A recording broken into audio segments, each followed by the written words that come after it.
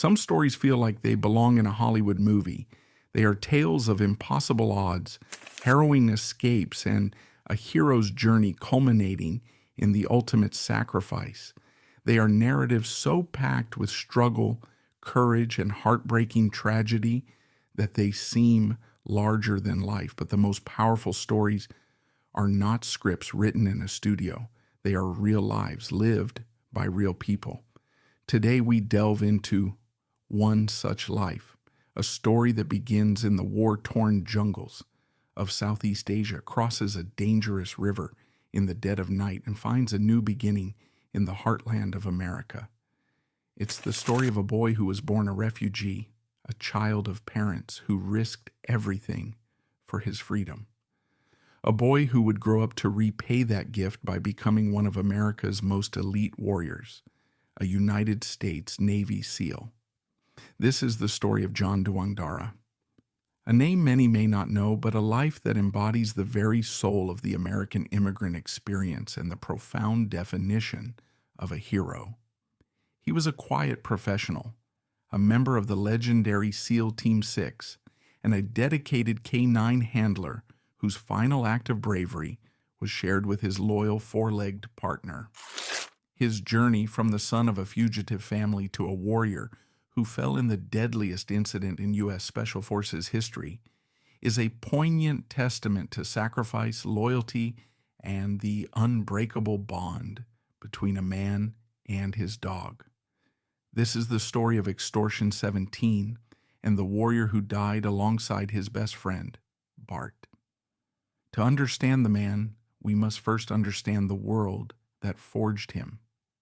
And John Dwang Dara's story begins not in America, but in the small, landlocked kingdom of Laos in the 1970s. While most of the world's attention was fixed on the escalating war in neighboring Vietnam, Laos was engulfed in its own brutal, clandestine conflict. It was a place of breathtaking beauty and devastating secrets, a nation that became an unwilling chessboard for the great Cold War powers. This was the Secret War. Officially, Laos was a neutral country, but in reality, its eastern border was a vital artery for the North Vietnamese army. The Ho Chi Minh Trail, a complex network of roads and tunnels, snaked through the Lao jungle, funneling troops and supplies southward to fuel the fight in South Vietnam. For the United States, severing this supply line was a top priority. Unable to commit ground troops openly due to Laos's neutrality, the CIA orchestrated one of the largest covert operations in its history. They armed and trained the Royal Lao government and, most famously, tens of thousands of ethnic Hmong tribesmen to fight against the North Vietnamese and their local communist allies, the Pathet Lao. The result was a shadow war of intense ferocity. American bombers flying from bases in Thailand dropped more ordnance on Laos than was dropped on all of Germany and Japan during World War II, making it, per capita, the most heavily bombed country in human history. For the people of Laos, life became a terrifying lottery of survival. Villages were caught in the crossfire, families were torn apart, and the very fabric of their society was shredded. It was into this cauldron of violence and uncertainty that John Dwang Dara's family story began. They were ordinary people trapped in extraordinary, perilous times. As the Pathet Lao, backed by North Vietnam, gained the upper hand and eventually seized control of the country in 1975, a new wave of terror began. Those who had aligned with the former government or the Americans were targeted. Re-education camps, persecution, and summary executions became the new reality. For countless families, the choice became stark and terrifying. Stay and face a grim, uncertain future, or flee and risk everything for a chance at life. John's parents, Chan and Chan Dwang Dara, chose life. Like hundreds of thousands of their countrymen, they made the agonizing decision to leave their homeland, their ancestors, and everything they had ever known. Their destination was Thailand, and the only path was across the mighty Mekong River, a wide, treacherous expanse of water that served as a liquid border, and for many, a final resting place. The journey was a quiet, desperate struggle. Families would travel for days, through dense jungle, evading Pathet Lao patrols, moving only at night. They carried little more than their children and the hope of a future. The river crossing itself was the final terrifying hurdle, often done on makeshift rafts or in rickety boats under the cloak of darkness. It was a gamble against armed patrols on the banks and the river's own powerful currents. This was not a political migration. It was a human exodus born of fear and love.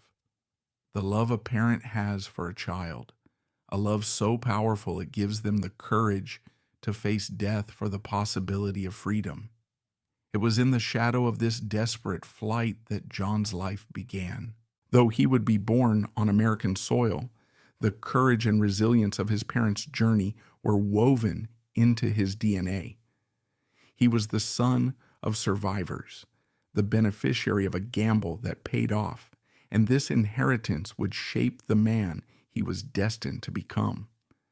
After surviving the perilous journey and the crowded, desperate conditions of a Thai refugee camp, the Dwang Dara family was granted asylum in the United States. They settled in South Sioux City, Nebraska, a world away from the tropical mountains of Laos.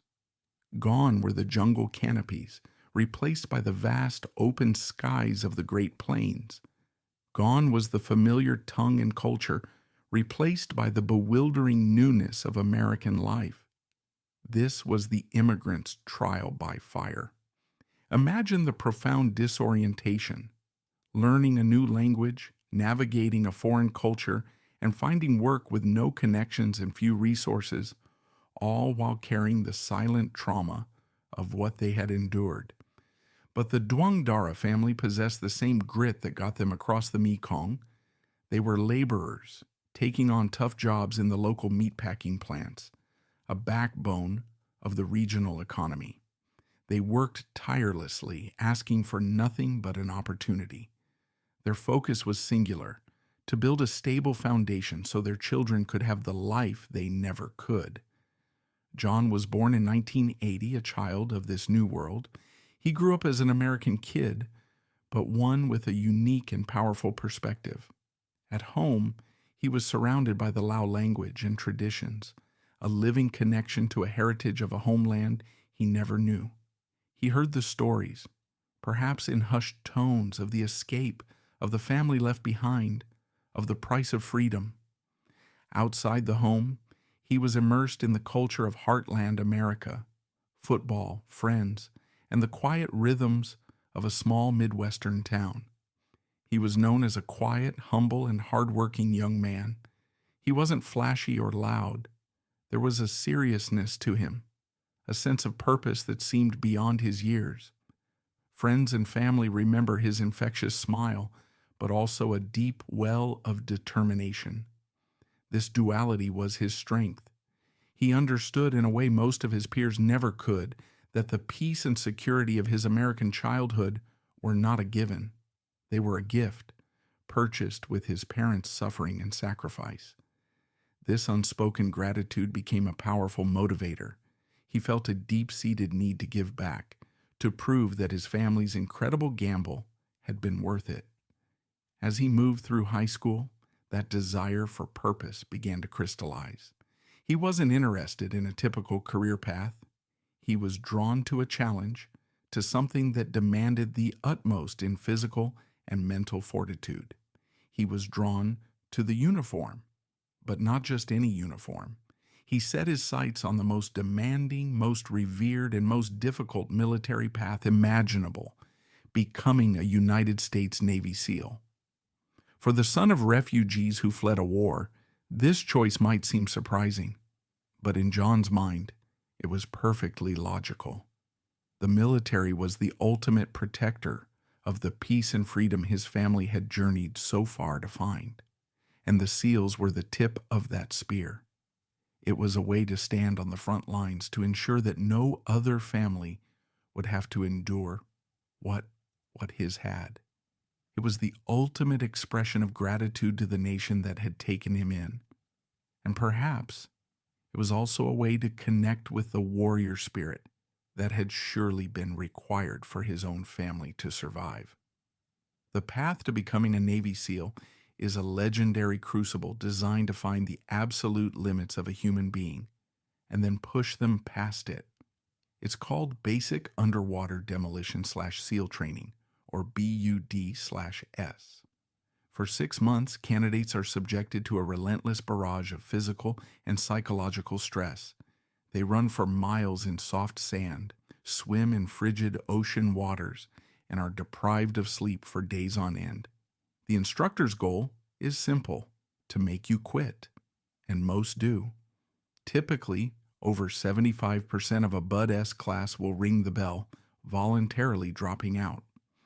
John Dwang Dara arrived at the beaches of Coronado, California, not as the biggest or strongest candidate, but with a hidden reservoir of mental toughness forged in the story of his family. The physical pain of BUD/S, while immense, was perhaps secondary to the psychological warfare. The constant cold, the exhaustion that seeps into your bones, the instructors screaming that you're not good enough. It's designed to break your spirit. The centerpiece of BUD/S is Hell Week, 5.5 days of continuous brutal training. Candidates get a total of maybe 4 hours of sleep for the entire week. They are constantly in motion, carrying heavy logs and rubber boats, performing endless calisthenics, and spending hours submerged in the cold Pacific surf, a condition that induces hypothermia. It is here, in the depths of exhaustion and misery, that a man's true character is revealed. It is not about muscle, it is about heart.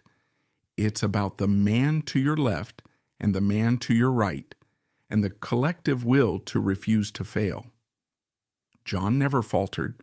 He passed BUD/S and went on to complete the advanced training required to earn his SEAL Trident. Think of the immense pride his parents must have felt. Their son, born from their desperate flight to freedom, was now a member of America's most elite fighting force. He had not just achieved the American dream, he had sworn an oath to defend it with his life. His journey was a living embodiment of their sacrifice come full circle. But John's path within the SEAL teams took another specialized turn. He was selected for one of the most unique and critical roles in special operations: a combat dog handler. The bond between a soldier and his dog is one of history's most powerful and enduring partnerships. In the high-stakes world of modern special operations, these are not pets. They are military working dogs, or MWDs, highly intelligent, fiercely athletic, and extensively trained operators with 4 legs. These dogs, typically Belgian Malinois, are force multipliers. Their senses are exponentially greater than a human's. They can detect hidden explosives, track high-value targets, and provide a non-lethal option to subdue an enemy, all while offering an unparalleled level of security for the team. To become a K9 handler in a unit like SEAL Team 6 is an honor. It requires a unique combination of skills: the tactical prowess of a SEAL and the patience, empathy, and intuitive communication of an expert animal trainer. The handler and his dog form a symbiotic relationship built on thousands of hours of training, absolute trust, and a deep unspoken bond. They are inseparable. They train, eat, and sleep side by side. In the field, the handler's life is in his dog's paws, and the dog's life is in its handler's hands. John was paired with a magnificent Belgian Malinois named Bart. Bart was a warrior in his own right, brave, intelligent, and completely devoted to John. An incredible but rarely told fact about these elite canines is the technology they wear. Dogs like Bart are often outfitted with their own specialized gear, including custom body armor and high-tech camera systems that can stream live video back to the team, allowing them to see what the dog sees as it scouts ahead in a dangerous building or tunnel. John and Bart became a seamless unit, a perfect fusion of man and animal, ready to deploy to the most dangerous places on Earth. John's quiet, steady demeanor made him a natural. He wasn't a man of many words, but his connection with Bart was profound. Fellow SEALs noted the calm competence with which he worked, the silent understanding that passed between handler and dog. This bond was more than just professional, it was personal. In the lonely, high-stress environment of combat deployments, a dog like Bart offers more than just tactical advantages. He offers companionship and unwavering loyalty. He is a partner who will never question, never falter, and will gladly lay down his life for his handler. John Dwang Dara and Bart were a team in the truest sense of the word, and together they would face their final mission. August 2011. The war in Afghanistan had been raging for nearly a decade. U.S. forces, particularly elite special operations units, were engaged in a relentless campaign of night raids, targeting key Taliban and al-Qaeda leaders. 3 months earlier, in May, SEAL Team 6 had successfully conducted the raid that killed Osama bin Laden in Pakistan. The unit was at the zenith of its operational tempo and its public mystique. On the night of August 5th, intelligence reports indicated that a senior Taliban leader, Qari Tahir, was meeting with other insurgents in the Tangi Valley of Wardak province, a rugged, hostile area west of Kabul. The Tangi Valley was notorious. It was a known hornet's nest, a well-defended Taliban sanctuary that U.S. forces often referred to as the Valley of Death. Sending troops in was always a high-risk proposition. A mission was quickly planned. A Quick Reaction Force, or QRF, was assembled to fly into the valley and capture or kill Tahir. This force was composed of 17 Navy SEALs, primarily from Gold Squadron of SEAL Team 6, the same unit that had personnel on the bin Laden raid. Accompanying them were 5 Naval Special Warfare Support personnel, 3 Air Force Special Operations personnel, and a 5-man Army helicopter crew. And on that helicopter, ready for the fight, were Petty Officer First Class John Dwang Dara and his K-9 partner, Bart. The call sign for their helicopter, a massive CH-47 Chinook, was Extortion 17. As they approached the target area in the pre-dawn darkness of August 6th, another American helicopter was already engaged in a firefight on the ground. The mission was hot from the start. This is where the story of Extortion 17 becomes mired in tragedy and controversy. For years, families of the fallen and military analysts have debated the events of that night with pained intensity. One of the central points of contention revolves around the rules of engagement. Standard procedure for an insertion into such a dangerous area would be to have an AC-130 gunship prep the landing zone with suppressive fire, eliminating any potential threats before the helicopter arrived. On this night, for reasons that are still hotly debated, that pre-assault fire was denied. The commanders on the ground were reportedly concerned about civilian casualties. A second controversy involved the choice of aircraft. The CH-47 Chinook is a large, relatively slow-moving workhorse, excellent for transporting troops, but a big, vulnerable target. Sending it into a known enemy stronghold without overwhelming fire support was a risk. Furthermore, the helicopter's black box flight recorder was later washed away in a flash flood, erasing a crucial piece of evidence that could have provided definitive answers about the helicopter's final moments. As Extortion 17 descended towards its landing zone, it flew into a perfectly laid trap. Taliban fighters, positioned on both sides of the valley, were waiting. One of them, armed with a rocket-propelled grenade or RPG, fired. The rocket struck one of the Chinook's rear rotor blades. In an instant, the massive helicopter was critically damaged. It spun violently and crashed to the valley floor, exploding in a catastrophic fireball. All 38 souls on board were killed instantly. 17 Navy SEALs, 5 Naval Special Warfare Support personnel, 3 Air Force pararescue men, 5 Army National Guard and Army Reserve crewmen, 8 Afghan commandos, and a Navy SEAL K-9. John Dwang Dara and Bart died together side by side. It was the single deadliest loss of life for U.S. forces in the entire Afghanistan war, and the worst day in the history of U.S. naval special warfare. The news of the crash sent a shockwave of grief through the military community and the nation. The names of the fallen were a testament to the diverse fabric of America. Men from all corners of the country, from all walks of life, united in a common dangerous purpose. And among them was the son of Lao refugees from South Sioux City, Nebraska. For the Douangdara family, the news was an unimaginable nightmare.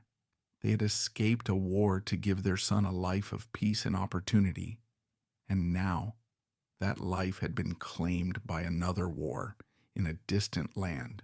The tragic irony was devastating. Their pride in their son's incredible accomplishments was now married to an unbearable sorrow. John's mother, shared a heartbreakingly human detail in an interview. She recalled how, on his last visit home, John had shown her a scar on his chest, a mark from his service. She told him, "Your life is very short. Be careful." It was a mother's premonition, a plea born from a lifetime of knowing how fragile peace can be. The loss of John and Bart together struck a particularly poignant chord